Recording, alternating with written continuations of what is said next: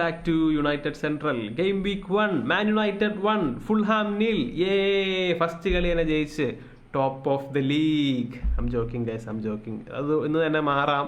ഇപ്പോൾ എന്തായാലും കളിയെക്കുറിച്ച് പറയുകയാണെങ്കിൽ ഡീസൻറ്റ് ഗെയിം, വെരി ഗുഡ് എന്നൊന്നും പറയാനില്ല. പക്ഷേ ഡിസേർവ്ഡ് വിന്നറായിരുന്നു നമ്മൾ ചാൻസുകൾ ക്രിയേറ്റ് ചെയ്തിരുന്നു. ഇപ്പോൾ കഴിഞ്ഞ സീസണിലൊക്കെ നമ്മൾ പറഞ്ഞുകൊണ്ടിരുന്ന കാര്യം, ചാൻസുകൾ ക്രിയേറ്റ് ചെയ്യുന്നില്ല, ഫിനിഷ് ചെയ്യാനായിട്ട് ഫിനിഷർക്ക് അവസരം കിട്ടുന്നില്ല എന്നുള്ള കാര്യമൊക്കെയാണ് പറഞ്ഞുകൊണ്ടിരുന്നത്. പക്ഷേ അത് നേരെ ഉൾട്ടയായി. ചാൻസുകൾ ക്രിയേറ്റ് ചെയ്യുന്നുണ്ട്, പക്ഷേ ഇപ്പോൾ ക്ലിനിക്കൽ ഫിനിഷിങ് ഇല്ല എന്നുള്ളതാണ്. ഈ കളി ഒരു മിനിമം 2 ഗോളോ അല്ലെങ്കിൽ 2-3 നമുക്ക് ജയിക്കാൻ പറ്റാവുന്ന ഒരു കളിയായിരുന്നു. പിന്നെ പ്രശ്നങ്ങളൊക്കെ ഉണ്ട്. പ്രശ്നങ്ങൾ കംപ്ലീറ്റ്ലി എറർ ഫ്രീ ഗെയിമൊന്നും അല്ലായിരുന്നു. ഈ പറയുന്ന പോലെ ഓപ്പണിംഗ് ഒക്കെ ഉണ്ടായി.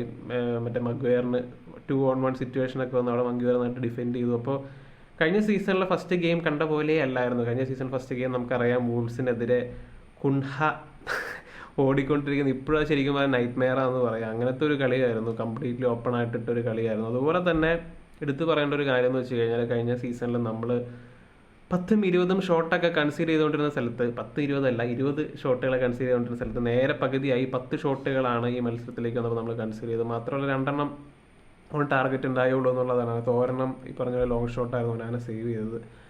അപ്പോൾ അങ്ങനെ അത് തന്നെ വലിയൊരു ഇമ്പ്രൂവ്മെൻ്റ് ആണ്. We are making it difficult for other teams. ഇപ്പോൾ മാൻ സിറ്റി ആയിട്ടുള്ള കളിയിലേക്ക് വന്നപ്പോഴാണെങ്കിലും ആദ്യത്തെ 10-20 മിനിറ്റിന് ശേഷം നമ്മൾ കളിയിലേക്ക് തിരിച്ച് വന്നു എന്ന് പറയുന്ന പോലെ ഈ കളിയിലേക്ക് ആയപ്പോഴും അങ്ങനെ തന്നെയായിരുന്നു. 20 മിനിറ്റിന് ശേഷമാണ് നമ്മൾ ശരിക്കും പറഞ്ഞു കഴിഞ്ഞാൽ ആക്റ്റീവായിട്ട് കളിക്കാൻ തുടങ്ങിയത്. നമ്മളീ പറയുന്ന പോലെ ഗെയിം കൺട്രോൾ ചെയ്തു നല്ല രീതിയിൽ. ഫുൾഹാമിനെ കുറച്ച് കാണാനേ പറ്റില്ല. ഫുൾഹാം അവരൊരു ഡീസൻറ്റ് മിഡ് ടേബിൾ ടീമാണ്. എന്നുവെച്ചാൽ അവരുടെ ടീമിലേക്ക് നോക്കിക്കഴിഞ്ഞാൽ നമുക്കറിയാം, കുറേ ഔട്ട്കാസ്റ്റഡ് ആയിട്ടുള്ള പ്ലേയേഴ്സാണ് വലിയ ടീമുകളിൽ നിന്നും വർക്കൗട്ട് ആവാതിരുന്ന ഒരു സൂയിസൈഡ് സ്ക്വാഡ് എന്ന് പറയാം. പെരേര ഉണ്ട്, ട്രയോറി ഉണ്ട്, പിന്നെ ആരൊക്കെയുള്ള ഇവോബി ഉണ്ട്, ലെനോ ഉണ്ട്, സ്മിത്രോ ഉണ്ട്. അപ്പോൾ ഇവരൊക്കെ വലിയ ക്ലബ്ബുകളിൽ കളിച്ചിട്ട് അവിടെ വർക്കൗട്ട് ആവാതെ ഫുൾഹാം കൊണ്ടുവന്ന് ഒരു ടീം സെറ്റാക്കിയിട്ടുള്ളതാണ്. ഇവരൊക്കെ അത്യാവശ്യം ഡീസൻ്റ് ആയിട്ടുള്ള പ്ലേയേഴ്സാണ്. മാത്രമല്ല അവർ കഴിഞ്ഞ വർഷം ഓൾഡ് ട്രാഫോർഡിൽ വന്ന് നമ്മളെ നല്ല രീതിയിൽ തോപ്പിച്ചതുമാണ്. ദേ ഔട്ട് പ്ലേഡ് എന്ന് തന്നെ പറയാം. പിന്നെ ഇങ്ങനത്തെ ടീമുകളുടെ പ്രത്യേകത എന്താണെന്നറിയോ? ഇവർ ഏത് ടീമുകളായിട്ടും തോക്കാം, പക്ഷേ ഇവർക്ക് ഏത് ടീമിനെയും തോപ്പിക്കാനും പറ്റും എന്നുള്ളതാണ്. അപ്പോൾ അങ്ങനത്തെ ഒരു ടീമാണ് ഫുൾഹാം. ടീമിനെതിരെ ഒരു ഡീസൻറ്റ് ജയം. Happy with result, happy with 3 points. എടുത്തു പറയാനുള്ള ചില കാര്യങ്ങൾ എന്ന് വെച്ച് കഴിഞ്ഞാൽ സ്റ്റാൻഡ് ഔട്ട് പെർഫോമൻസുകളെ കുറിച്ചിട്ടാണ്. നമ്പർ 1 മസ്റാവി ഈ കളി സ്റ്റാർട്ട് ചെയ്യുന്ന പോലും വിചാരിച്ചതല്ല. ഡിലിറ്റ് ആയിരിക്കും ഈ കളിയിൽ സ്റ്റാർട്ട് ചെയ്യുക. മസ്റാവി അത്ര ഫിറ്റ് അല്ല, ആൾ ട്രെയിനിങ് ഒക്കെ ചെയ്ത് വരണം എന്നുള്ള രീതിയിലാണ് പറഞ്ഞുകൊണ്ടിരുന്നത്. പക്ഷേ മസ്റാവി ഇന്ന് സ്റ്റാർട്ട് ചെയ്തു. മസ്റാവി അടിപൊളി പെർഫോമൻസാണ് കാഴ്ചവെച്ചത്. ഒരു എന്താ പറയുക, ഫുട്ബോൾ ഇൻ്റലിജൻസ് അത്ര മാത്രമേ ഞാൻ പറയുള്ളൂ. ഇങ്ങനെ കളിക്കുകയാണെങ്കിൽ അധികം വൈകാതെ ഒരു മസ്റാവി ഫാനായി ഞാൻ മാറും. പക്കാ ഫുട്ബോൾ ഇൻ്റലിജൻസിലോടുകൂടെ കളിക്കുന്ന പ്ലെയറാണ്. ബയൺ ഫാൻസ് പറഞ്ഞത് കറക്റ്റാണ്. അവർ ഓവറായിട്ട് കമ്മിറ്റ് ചെയ്യും, അതല്ലെങ്കിൽ ബുദ്ധി ഉപയോഗിച്ചാണ് കളിക്കുന്നത്. കയ്യിൽ നിന്ന് അങ്ങനെ ബോൾ കളയില്ല. അപ്പോൾ അങ്ങനത്തെ ഒരു പ്ലെയറെ നമുക്ക് വളരെ വളരെ അത്യാവശ്യമായിരുന്നു. അപ്പോൾ അങ്ങനെ മസ്റാവി വളരെ ഡീസൻ്റ് ആയിട്ടുള്ള പ്രകടനമാണ് കാഴ്ചവെച്ചത്. അത്യാവശ്യം നല്ല രീതിയിൽ ഡിഫെൻസീവ്ലി വർക്ക് ചെയ്തു. All in all very very good performance ആയിരുന്നു മസ്റാവി. എൻ്റെ അഭിപ്രായത്തിൽ മസ്റാവിയാണ് MOTM. അതുപോലെ ഹാരി മഗ്വയർ നല്ല പ്രകടനമായിരുന്നു. ഡിഫെൻസീവ്ലി നന്നായിട്ട് തന്നെ ഹാരി മഗ്വയർ കളിച്ചു.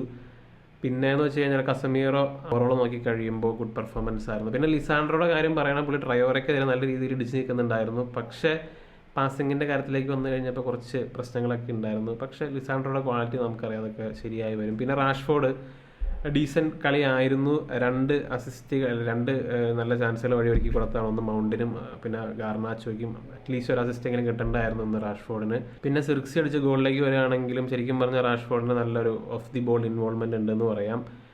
പിന്നെ മെയ്സൺ മൗണ്ട് കുറേ ഓടി നടക്കുന്നുണ്ടായിരുന്നു. അത് മോശമാണെന്ന് ഞാൻ പറയില്ല, പക്ഷേ അതല്ലാതെ നോക്കി നിർത്തി കഴിഞ്ഞാൽ നമ്മൾ 10, 50, 60 മില്യൺ മുടക്കിയൊരു പ്ലെയറാണ്. അപ്പോൾ അങ്ങനെ വേറെ കാര്യങ്ങളൊന്നുമില്ല. അപ്പോൾ അതാണ് ഓവറോൾ സ്റ്റാൻഡ് ഔട്ടായിട്ട് പറയാനുണ്ടായ ചില കാര്യങ്ങളെന്ന് വെച്ച് കഴിഞ്ഞാൽ ഇതാണ്. പിന്നെ ബ്രൂണോ 2 ചാൻസുകൾ മിസ്സാക്കിയതാണ്. അത് എല്ലാ സമയത്തും ഗോൾ കാരണം എന്നും പറയാൻ പറ്റില്ല. അപ്പോൾ അങ്ങനെ ഒരു നല്ല റിസൾട്ടോടുകൂടി നമ്മുടെ ക്യാമ്പയിൻ സ്റ്റാർട്ടായിരിക്കുകയാണ് ഗൈസ്. അപ്പോൾ എന്താണ് നിങ്ങളുടെ അഭിപ്രായം എന്നുള്ള കാര്യം തീർച്ചയായും കമൻ്റായിട്ട് ഇടുക. മറ്റൊരു വീഡിയോയുമായി ഇടുങ്ങണം.